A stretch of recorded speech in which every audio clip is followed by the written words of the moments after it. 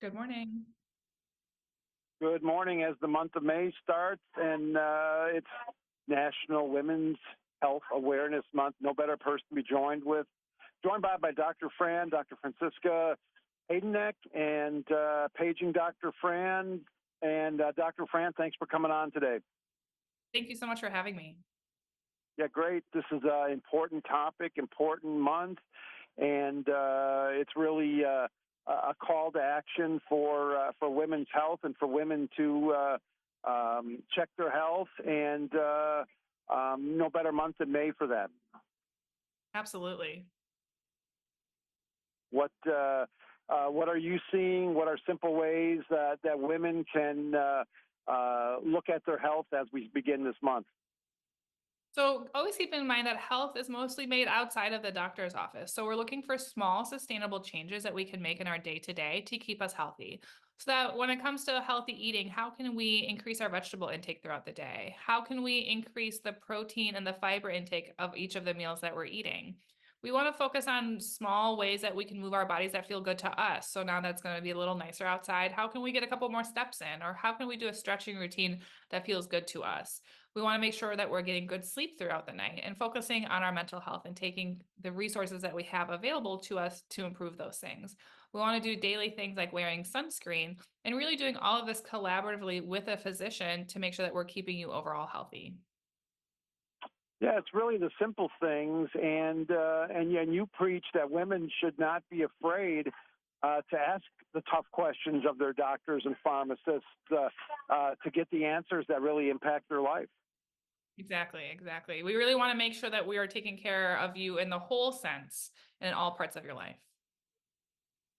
All you have to do is, everyone with Dr. Fran here today, all you have to do is check social media, Dr. Fran, and I see women that I've known or that I've worked with that have really switched to a real healthy and active and fitness-related lifestyle.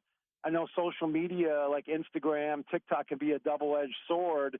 Are you in favor of that, or does that, for women maybe that aren't as active, does that give them issues or have them lose hope for being healthy? Where do you stand on that? No, I think that social media can be very inspiring to people from all aspects of life because you can really learn little small changes like I talked about in ways that can make you healthier. We don't have to buy giant pieces of gym equipment. We can go on a walk, and that's very good for you still. We can learn a lot about the options available to us, especially now in this day and age of reproductive healthcare. We're really having a lot of great increases in accessibility to healthcare, and social media is a part of that. Yeah, it's really a part of our lives for women and men of all ages. I know you want to talk about, Doctor, the over-the-counter birth control pill. Yes, we are so excited about Opill, which is the first and only FDA-approved over-the-counter birth control pill. We're so excited about this because it's really increasing access to reproductive health care. Opill is a progestin-only form of birth control pill. This means that it's 98% effective when taken as directed and is a safe option for a lot of people, including those who have migraines with aura, those who are breastfeeding, those who are over the age of 35 and are smokers and have hypertension, or those who have a blood clot, who have had in the past a blood clot in their lungs or their legs.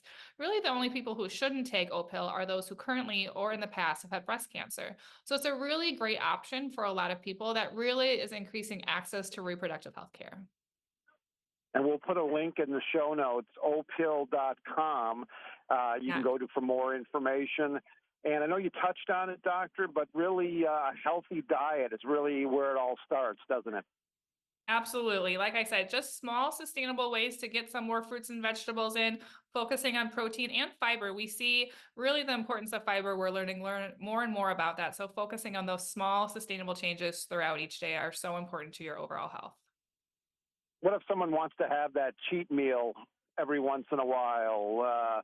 I know I do. What's your opinion on that? And what's a good cheat meal? I think anything in moderation is a-okay, right? For me, my cheat meal is a cheeseburger. For you, it might be cheesecake. So finding something that makes you happy Very important to do that in moderation. We always, the 90-10 rule. 90% of the time, we're doing those things that are really good for our bodies. And then the 10% of the time, we're doing the things that are making our hearts happy and our minds happy and are good for our mental well-being. Because I just love a cheeseburger. So that's what I'm going to do to keep me happy. I used to love cheesecake, doctor, but I haven't had a piece in a couple years. So that was Uh-oh. that. Yeah, how did you know that was one of my guilty pleasures there? I just had a feeling. Good for you. That's why you're the doctor. And opill.com, we'll put the links in the show notes. And doctor, an important month here, May. Thanks for coming on and great information. Thank you so much for having me. Take care.